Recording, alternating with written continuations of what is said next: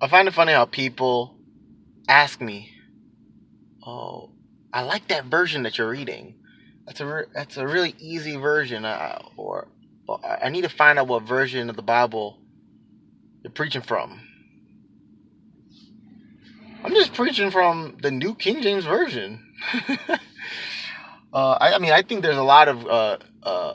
I mean, you could use many different versions, but it's funny how people say that and they're like, "What? It's just the New King James?" Like, yeah. It's like, no, you're like rewording it when you're reading it. I was like, I read every single word that's in the chapter. And of course, like after I read, like when I read a verse, I like many times restate the verse in my own words, but I read the verse. I think it's important that when we read the Bible, that we really try to think about what does that verse mean? What does that verse say?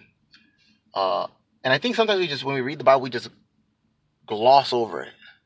And if we were to stop and just really take our time with the statements in the Bible, it will come to life. It might come across easier to read.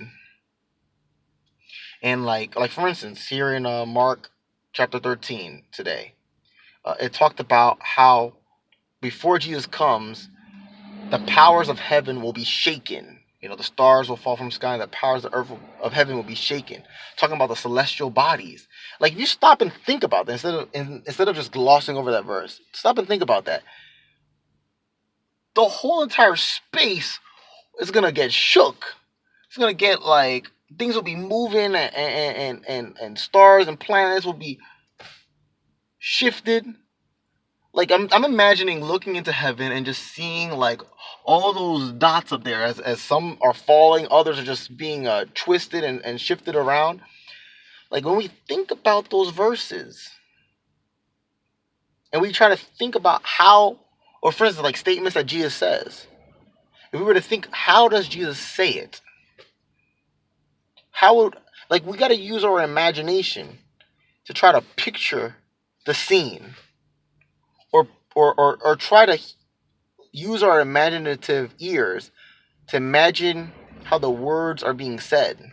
I think the Bible would come more to life when we read it.